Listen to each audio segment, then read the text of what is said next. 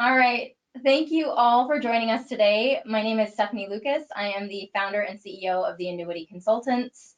We are thrilled to have with us today special guest Shawn Byerly. He is going to be talking about maximizing business values for retirement planning. So before I introduce him fully, a couple housekeeping tips. One, throughout the broadcast, we really want you to put your questions in the chat box, which should be to the right of your screen. So if you want to share it privately, please feel free to do that. But Allison is actually remote today, so she will chime in with the questions. And then Shawn will have some questions for y'all throughout the broadcast. So your answers will be put in that chat box, and Allison will provide those to us. As far as the broadcast goes, we are recording it. So we will provide a replay at the end, probably by the end of the day tomorrow.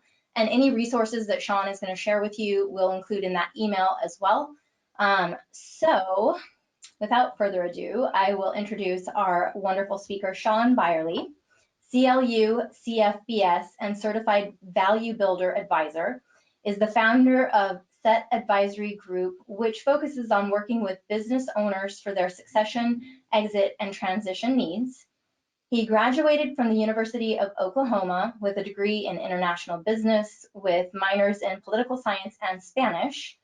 The real education he received was reading hundreds of books on entrepreneurship, small business, investing, Wall Street finance, banking and insurance industry, and real estate investing. In his free time, he spends a lot of time golfing, traveling. He attends Church of the Move and is a board member of the nonprofit Birthright Living Legacy. Welcome, Shawn. Thanks for being here with us. Good morning or good afternoon, wherever you are in the country today. So thanks for having me. Yeah, absolutely. We're very excited to hear what you have to say. I know that this topic can benefit really anybody that's on this broadcast. So if you are an agent or advisor that owns your own business, this could benefit you. If you work with business owners, this could benefit you to help them. So there's a lot of good stuff that Shawn's going to share. So let's go ahead and get started with the presentation.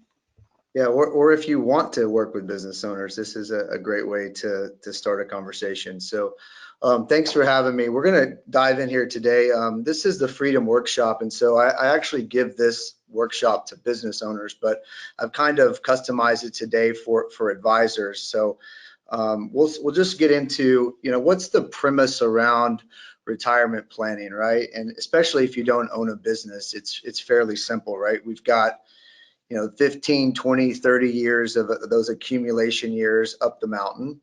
And what are the major things that you need to do when you start to talk to people about retirement planning? Well, you got to get their risk tolerance right. You've got to get how much rate of return that they want. So what's the assumption there around around the assumption around taxes and fees? How much are they going to be saving on an annual or monthly basis? How long are they willing to work? So does the prospect want to work till 65 or 70 or 75? And then, are they willing to take a reduction in their standard of living in retirement? So that's a pretty straightforward process, right? If you're not a business owner. Once you get to the top of the mountain, right, you've kind of got your nest egg there. That's a fluid process, right, where we're trying to manage that on at least an annual basis. So we're on track. And then once you get to the top of the mountain, it's around distribution of those assets, right? So how long can we make sure that when we distribute those assets that we don't outlive them? So when I look at, working with business owners strategically and insurance planning, and that was my background. So I helped my dad grow our brokerage, and then I became a personal producer, and now I have Set Advisory Group.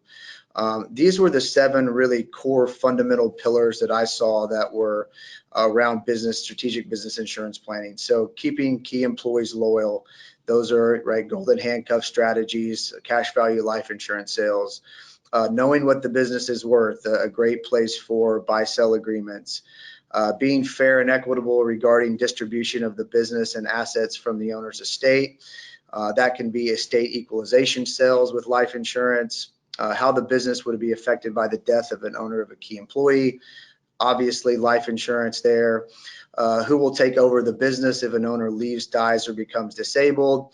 That's right into the heart of succession planning. And then how the business would be affected by the death, by the disability of an owner or key employee, obviously disability insurance planning there. But then you have the seventh one here where transition ownership, or finding a buyer when the owner retires. And this one to me is where really retirement planning for business owners and strategic business insurance planning merge. And so, but the big assumption that you have is that the actual business is valuable enough to sell. So I thought I'd frame the conversation today around some major demographics that are, probably very well known for everybody on the call today, but I wanted to at least, briefly touch on them.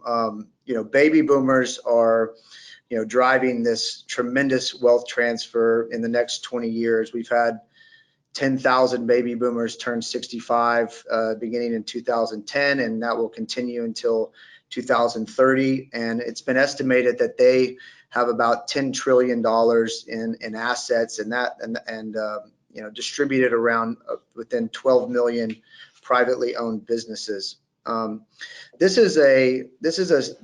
statistics here are from a Mass Mutual study of 3,000 business owners in 2018. So the information is still very relevant. One of the major things around business owners' retirement plans are they are contingent on the business's continued success. So these three statistics to me are very insightful understanding the planning environment. So first, you've got 80% of these business owners having more than 90% of their wealth tied up in the business. Then you also have 4 out of 5 of those business owners with less than $500,000 in their retirement accounts. So again, very dependent on the income from the business, haven't grown enough assets outside of the business.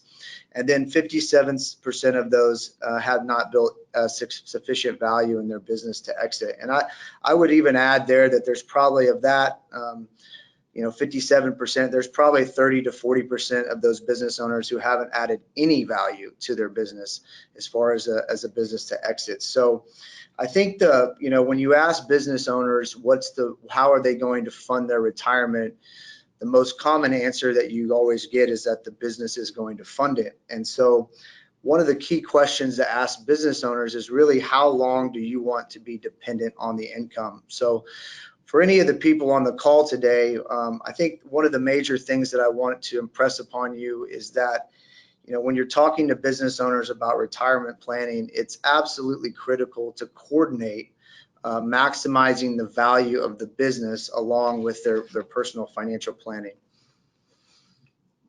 We're good. I agree with that. And I find that too, a lot of people in this industry haven't really implemented a plan to increase the value of their business to sell, right?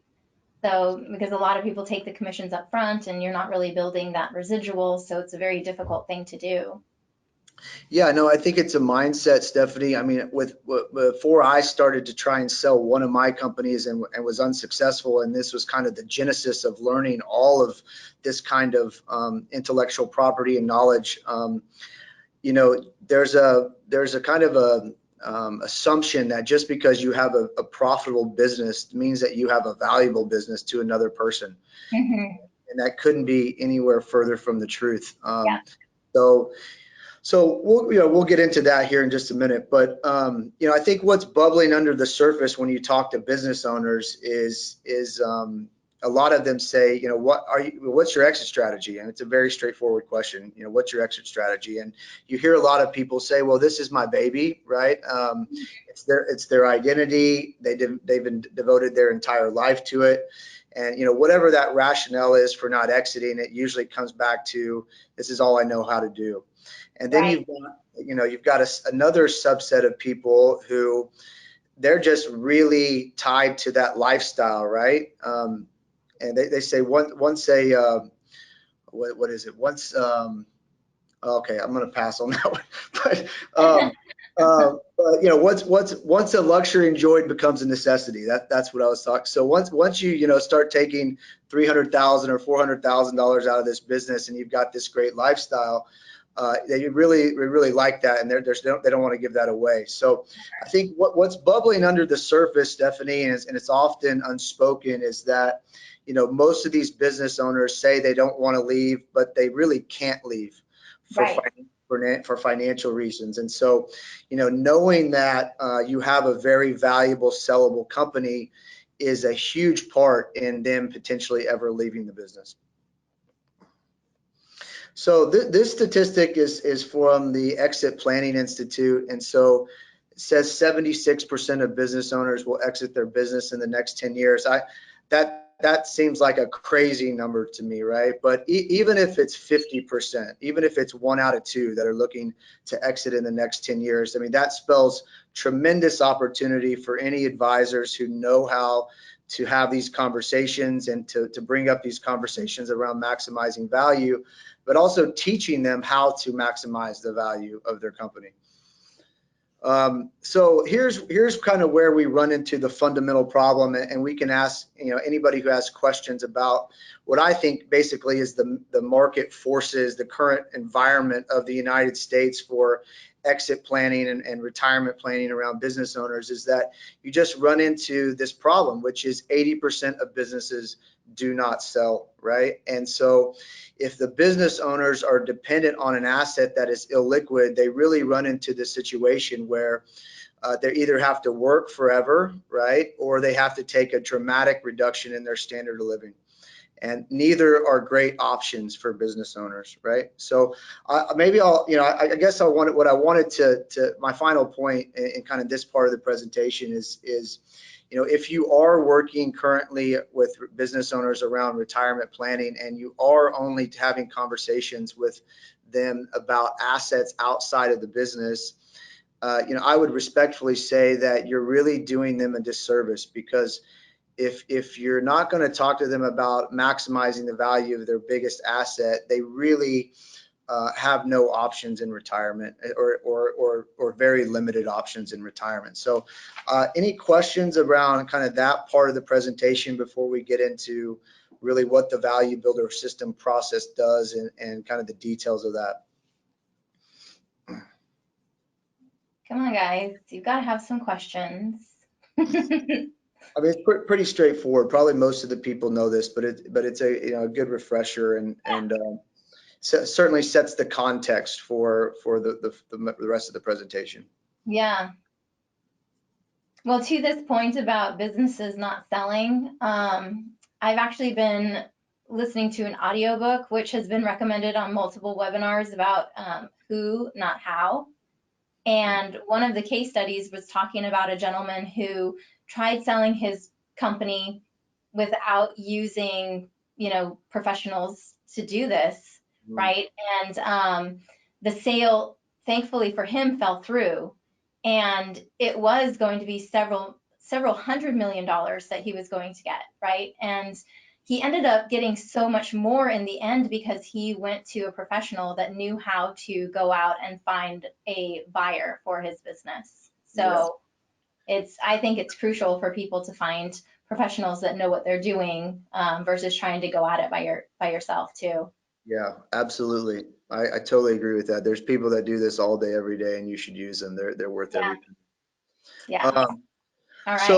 So really at the heart of the value builder process is starting to get business owners to think differently and to start looking at the business through the lens of the buyer.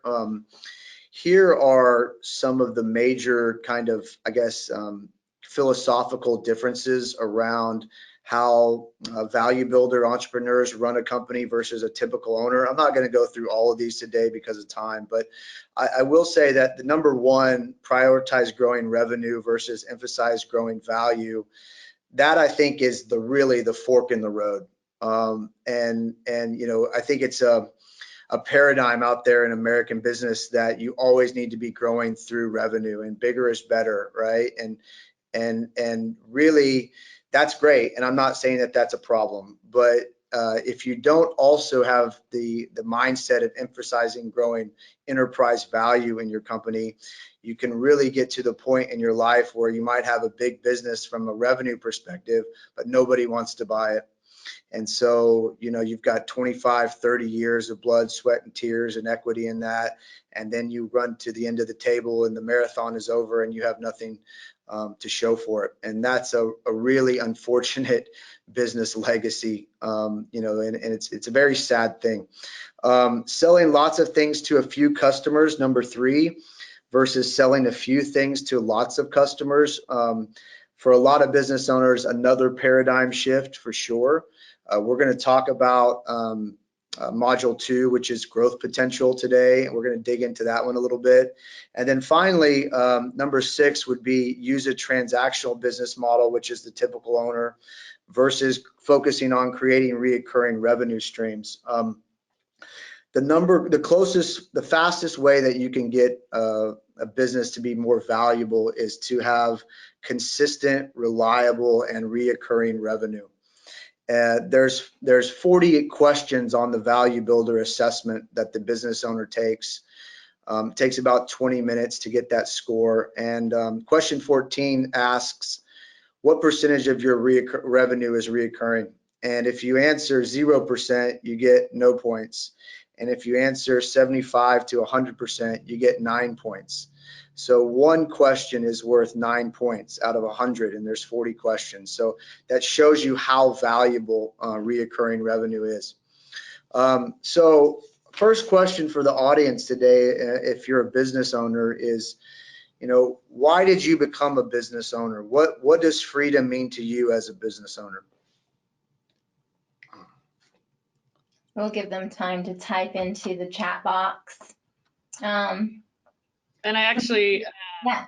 This is Allison, I'm interrupting. We actually got a comment while people do that from Michael, who says, it has been my experience that my expensive equipment deteriorated faster than writing off in the hands of others. My training expenses with employees were justified only for about 1 in 6 employees. Okay. And he says business brokers give one a real wake-up call when they value the business versus one's investment and income. Yeah, very, very true. Very true. What type of business is that? I don't know. Let's see if let's see if he responds to that. I'll respond a question.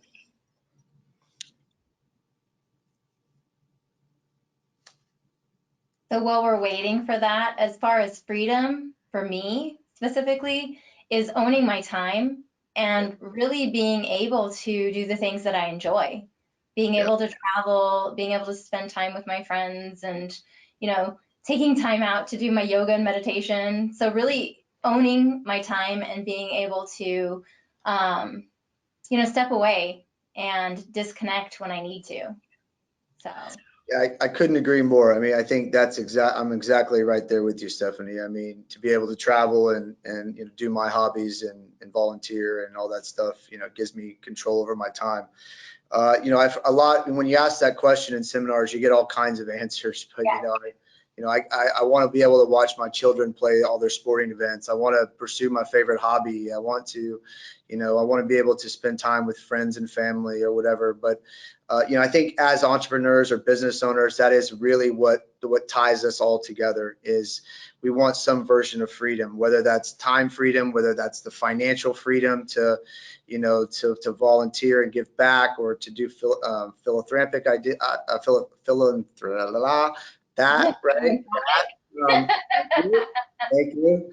I told you I'm on 3 hours sleep. So, yeah. So I can answer too. This is Allison. This is my personal answer because I just started my own business about a little over a year ago. And for me, freedom is, I don't know, I don't want to feel like the reason I left the corporate world is because I didn't want to feel tied down to a desk. Like I had to do what other people wanted me to do. So freedom for me is like waking up and choosing to work on things that are fulfilling for me. And Mindy has a comment, and she says that independence is the ability to create and design her future, time freedom and financial freedom. Yep. Yeah, and I think that's really the heart. So I think the first major point about the value builder is, and then the first major, I guess, milestone that we like to work with business owners around is to figure out what that is to them, right? And to gain that freedom and independence from their business. And then the second goal is to maximize the value of the company. So, for anybody on the call that plays poker, you've probably heard the expression having the nuts, right? And having the nuts means that you have the best possible hand, in that hand, right? You can't be beat. Now you could tie, which is a very, very low probability.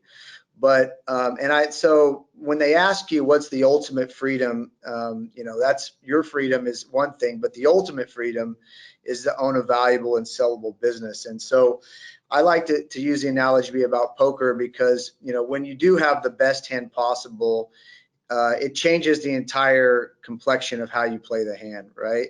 You're in total control.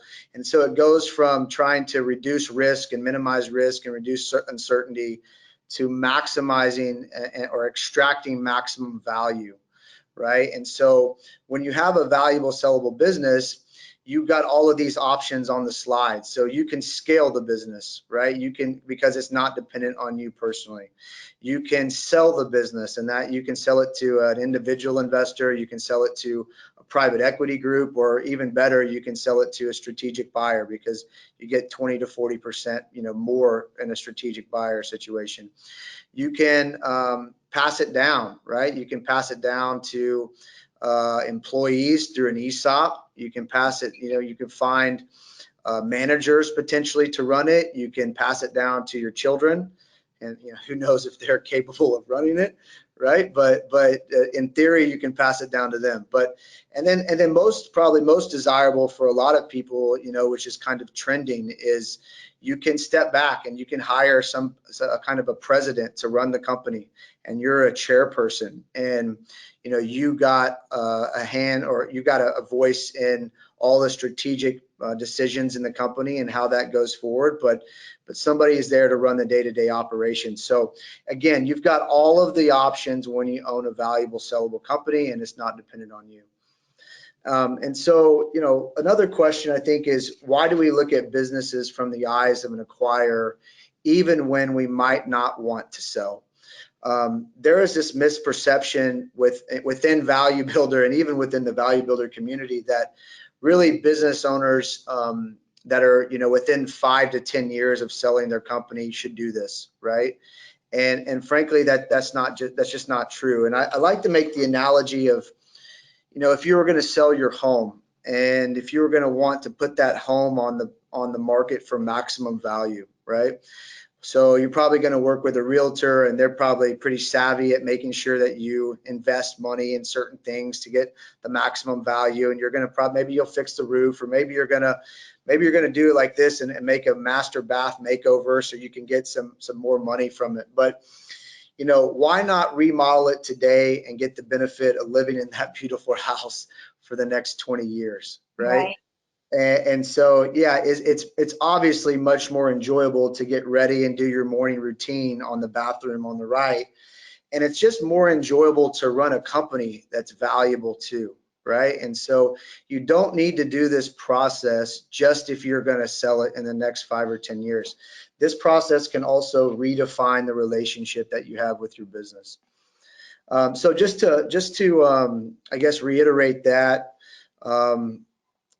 ultimately you're trying to get your version of freedom, and then secondarily you're trying to build a valuable and scalable business, and figure out which one of those options on the right is good for you. So what the Value Builders process does is really answers these three fundamental questions. So, is your business ready to sell, right? And for the vast majority of business owners, the answer is a resounding no. It's not close usually, right? And so we're gonna go ahead. I went through this process, by the way, and it was actually very eye-opening, and it helped me get on track, though, with so many things that I had been kind of putting on the back burner. So yeah. It creates a tremendous amount of awareness, right, of of really what you need to work on. And it's not about 6 months or 8 months. It's a years and years and years of process. And that's really the fundamental mistake that I see a lot of business owners make, is they wait way too long. You know, they get to the end and they're limited in options, and they're reacting instead of being proactive, right? And it changes the entire nature of the sell or having control at the table. Second is, so we're going to dive into that, number one, much more deeper today. I'll touch on the other two briefly, which is number two is, are you personally ready to exit? So this is another assessment, a tool that we call pre-score. That stands for personal ready to exit. And this is all of the psychology of the business owner, right? And trying to figure out why are they selling their business, and are they being pushed out of their business? Are they being pulled to something, another passion? Maybe they want to start another business. Maybe they want to travel. Maybe they want to spend more time with their grandkids. Like, so really diving in that. There's a very dirty secret kind of in exit planning world, which is like 70% of business owners have tremendous regret when they sell their company. And so we want to try and manage that psychology and those expectations as early as possible, and we use that tool to do it. The third one is, are you financially able to exit? I touched on that earlier, with making sure that, you know, if you need $5 million at age 70 to live, you know, till life expectancy, and 85% of your net worth is in your business, well, we better make sure that we get that to a number that's going to allow you to get to 5 million at the top of the summit, right?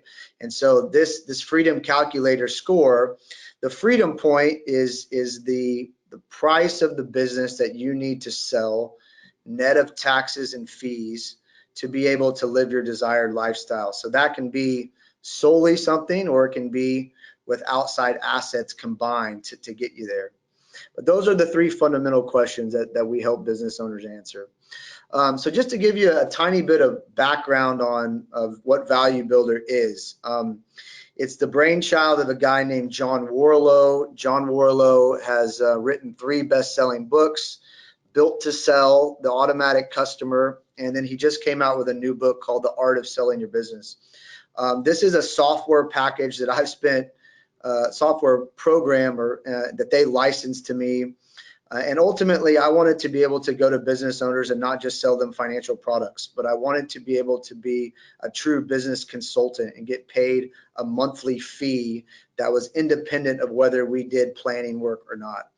And so this is what I've used. There's a couple out there. I went with this one because I like the process, and I like their data, and they're just really good at just turning out great content, you know, month over month. But 60,000 business owners have now gone through this since 2012. So the data is very good. The algorithm is proven.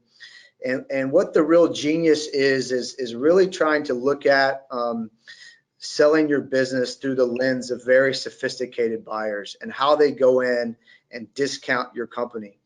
And so when you get a score, the average score is around 50 or so. And what's been proven is if you can work with an advisor and that he or she can get your score to above 80, that will increase your multiple of profit that a buyer will pay about 70%. And so that, I'm going to give you an example of what that ROI actually looks like.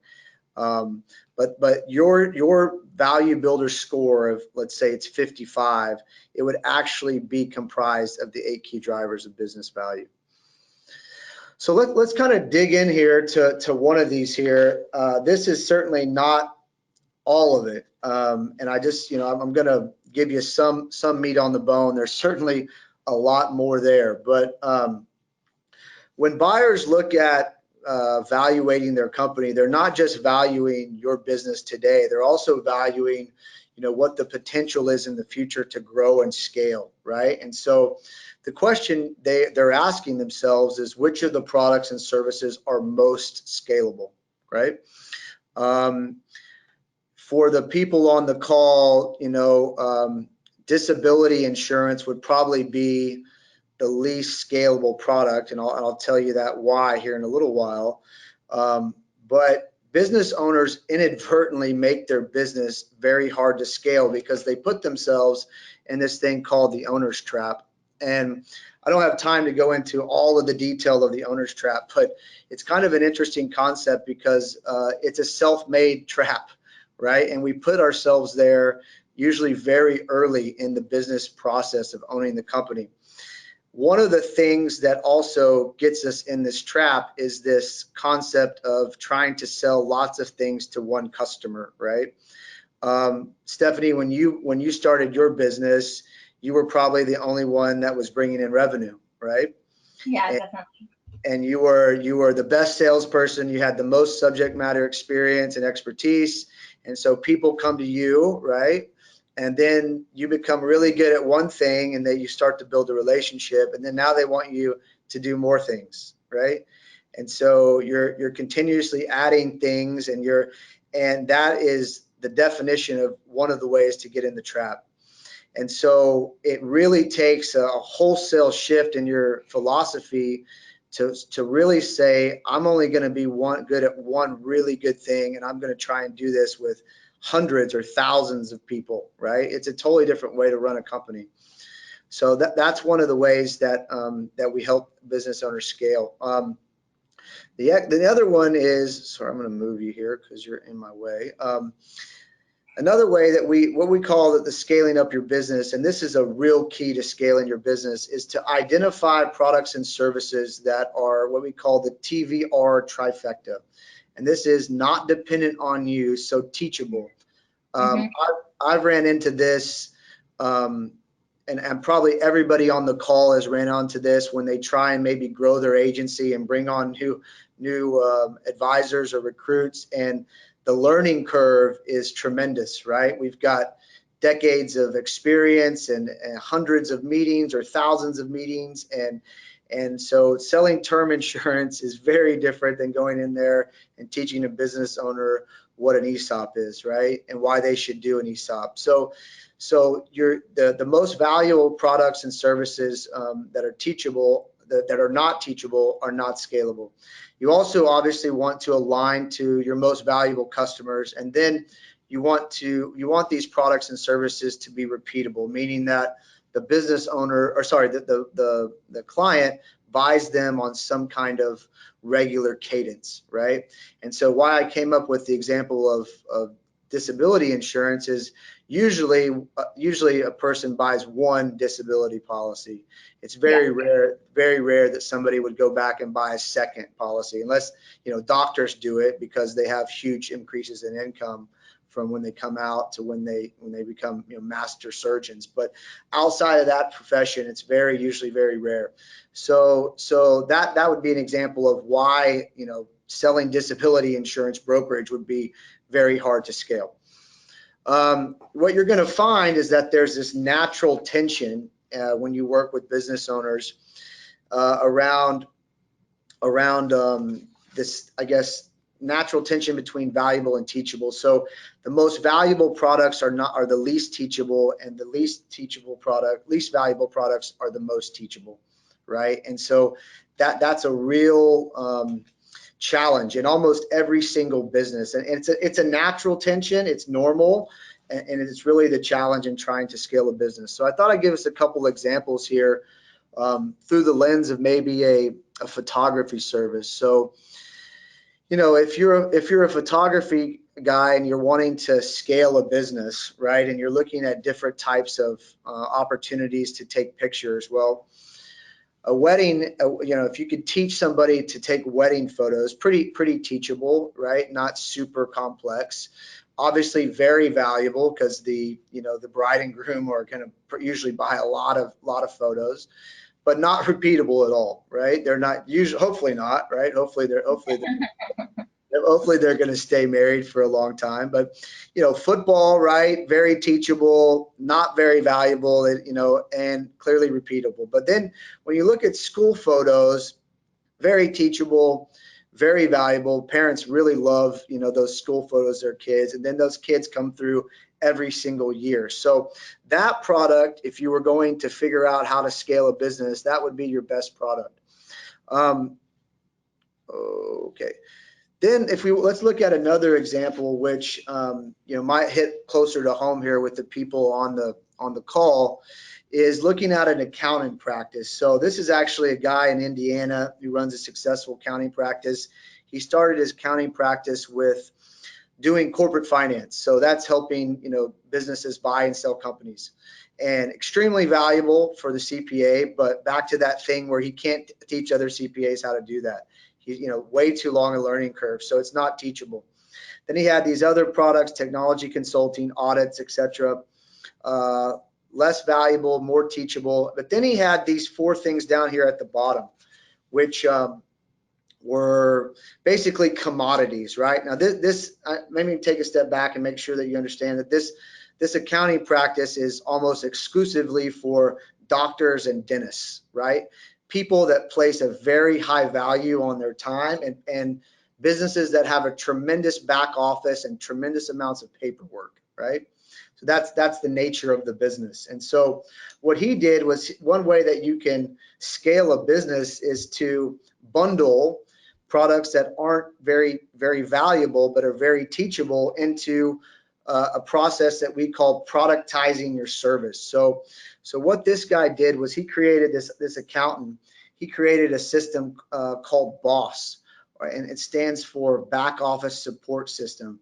And what this guy did was he basically took the entire back office function off of these doctors and dentists' hands. And now that he runs their entire back office. So now, very teachable, very, very valuable to these people, and also repeatable, because these are monthly statements, right? They happen all the time. So another example of how he scaled a business, that he took teachable, very, very low valuable products and made them very valuable. So it's just kind of a little insight into one of the exercises of one of the modules where we can help business owners facilitate value. So I'll stop there with that module to see if anybody has any comments or questions or insights or thoughts about scaling, right? Most people get scale and growth confused, and scaling a business is when you're able to significantly increase revenue without significant cost attached to it, right? And growth is when you have good top line revenue, but you also had to really invest in expenses to get there, right? And savvy people really know the difference. And so this is understanding how to scale a business model, which is a very valuable thing to a buyer. So I'll leave it there for questions or comments or anything before we move on. So I have a question about his BOSS system. Is that proprietary to his practice, and he only has, his dentists and doctors, buying into it, or is that something he licenses out to other companies? No. This is his internal product, right? I mean, I think he's got 4 or 5 now CPAs underneath him, right? And so he is now that business is no longer dependent on the CPA to be there every single day. And back to the freedom concept, right? Of figuring out how to get the business not dependent on you is the first major hurdle. He has executed that. And so now he's going on to other modules and other things and working strategically on the company. Great. Well, and I'm just trying to think, like, as an agent or advisor, they may have processes and procedures in place that they haven't really thought about creating something like this. So yeah, absolutely. You see it from commercial or from property and casualty agencies, or how they bundle products, right? Right. It's very, but it's not really because all these products are individually underwritten. It's hard to do that in our space, but it's a great example of really when you have low value products, of really trying to get creative and wrap a quality service wrapper around these products to differentiate yourself in the market. Love it. Moving on here is the Switzerland structure. So probably guessed why Switzerland, right? Well, it is this country, you know, in Europe, right? What are the Swiss known for? Well, they're known for obviously banking, got great chocolate, right? That picture on the right there is Interlaken. I don't know if anyone's on the call has been there, but I'd highly recommend Interlaken. Beautiful place. You know, they got three official languages. But the thing about Switzerland is that they're obsessed with being independent, right? If you look at the history of Switzerland, did not join either world war, did not their money is still, I believe, the Swiss franc. They're not on the euro. Took a countrywide referendum for them to even join the United Nations, right? So these people take independence seriously. And so what can we learn from them in a business or in a business perspective in growing valuable companies and or creating value in our company? And that is that we should structure our company intentionally, not to be dependent on any one key employee, one key supplier, or one key customer. Buyers call this concentration risk. And so, you know, from a supplier perspective, you really want to be able to switch suppliers if you need to. The goal is neutrality. No one customer should make up more than 15% of your revenue. This is something that I ran into, you know, just being very transparent in our brokerage 3 years ago, is that we were pretty top heavy, and buyers didn't like that at all because they were older producers. And so we had to really start to recruit much younger producers and more producers in order to lower that risk. And then, you know, I think the hardest one for most businesses is to reduce the reliance on key employees, right? And we're gonna talk about that one here in just a sec more. But that one is significant for most businesses. I don't know where that we got our first deal, but there was a slide that said exercise. I'll just kind of talk about it. There was a slide, an exercise that we take business owners through called that we make them actually rank their employees and their customers and their suppliers on difficulty to replace. And we really have them rank their top 10 employees. And if they're their number one employee, then they are most difficult to replace, and they have to put themselves number one, right? For the people who do life insurance on the call, it is a great, it sets up, you know, a great discussion around either key man life insurance or keeping key employees loyal. It really tees that up and does it in a really natural kind of organic way. You know, it also, you know, with your customers, you really have to facilitate that conversation.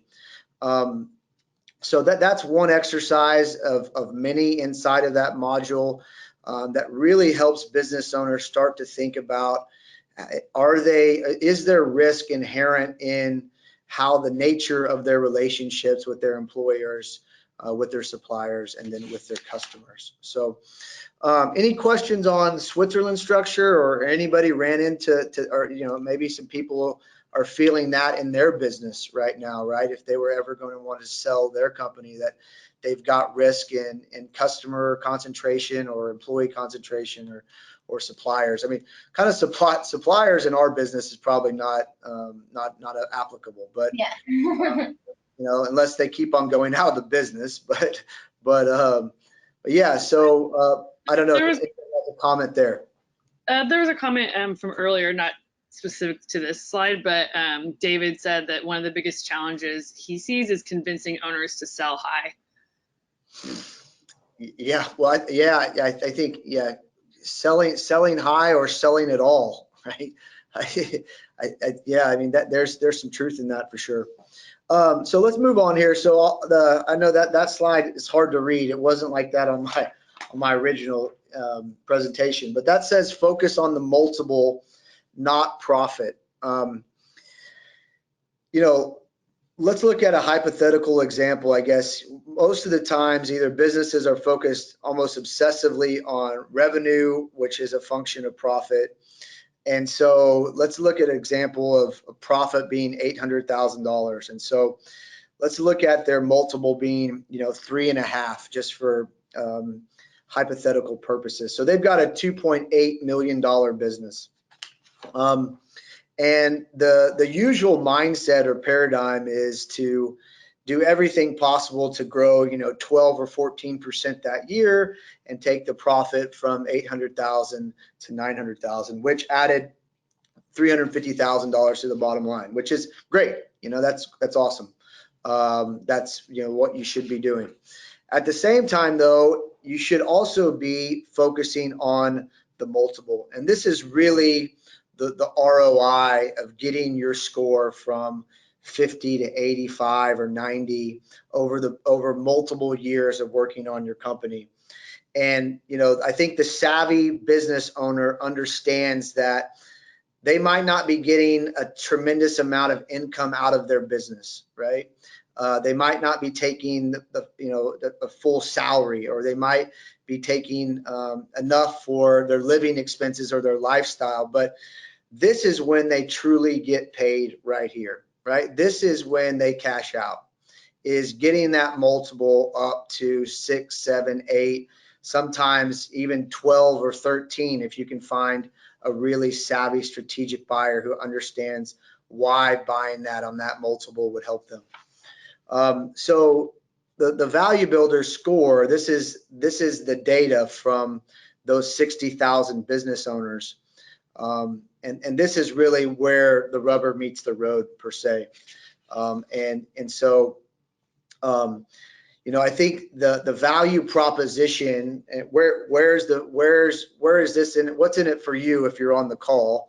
Well, it really depends on what kind of advisor you are. I think if you sell mostly insurance, this process really opens up business owners to share really everything about what they're doing. I mean, business owners, in my experience, want to talk about their business 1,000 times more than they want you to sell them financial products. And if you, right? I mean, you can't get business owners to shut up about talking about their business. So if you know how to ask the right questions. So I think it's just a smarter way to really get all kinds of financial products sold if you lead with this kind of planning. If your assets under management people, clearly, if you help them, have a big liquidity event, they're going to bring that back to you for you to manage. And then, referring people to you. And yeah, it's a great point too, Stephanie. Absolutely. This is real leverage work. I mean, this is not just a transaction. This is transformational, multi-year planning. And to your point, it makes you unique, and you're not just looked at as selling products, right? And you're not, whether you're really good at selling products or not, ultimately in the mind of a lot of business owners out there, you are a commodity. You're a salesman, right? You might be a really good salesman, but in their mind, you're a salesman. And this process really helps you, I think, you're positioned differently in the mind of the business owner. So I think that's a real benefit too. So today, I think my objective was just to kind of dip your toe into this and to see if there is more interest in kind of going deeper and facilitating a better conversation.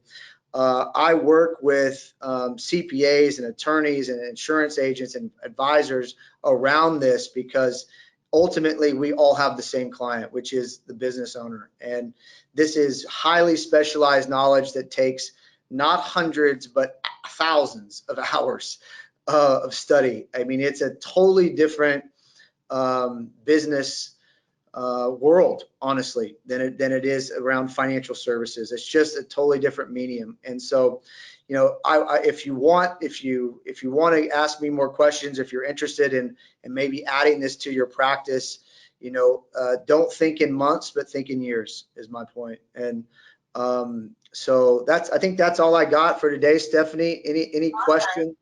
Yeah, we do have a question. This is from David, and he says, or he asks, with so many boomers retiring, will there be enough buyers out there to buy all of these small businesses? That's an excellent question.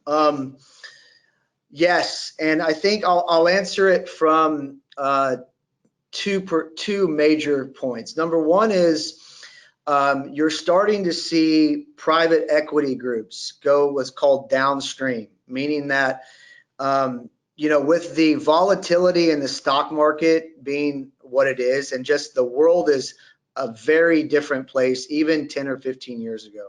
And who would have known that something in China could affect the entire world, right? And you see these kind of events happening all the time. And people in Wall Street, they're starting to become just, I guess, risk. It's not so much averse, just they're tired of it, right? They're depleted, and so from a psychological perspective, and so I think they're starting to look at different places to get returns, and and they're starting to look at much smaller businesses than they've ever looked at, right? And so this is an assumption that if you have a valuable sellable company, that these guys think, you know what, we can take this company, and with our experience and expertise, we can make it into something that these people who don't have our level of sophistication can't. And that's really the definition of a strategic buyer. So the answer is yes. You're just going to start to get to see different players come into the market that necessarily wouldn't have been there originally. And there's tremendous upside, assuming you have a valuable company. Awesome. So I have a question. Oh, I guess second is, I already said that, so never mind. Okay, and we have another one too after yours. No, go ahead. This is from Mindy, and she says, how would we identify a good prospect for you and your program?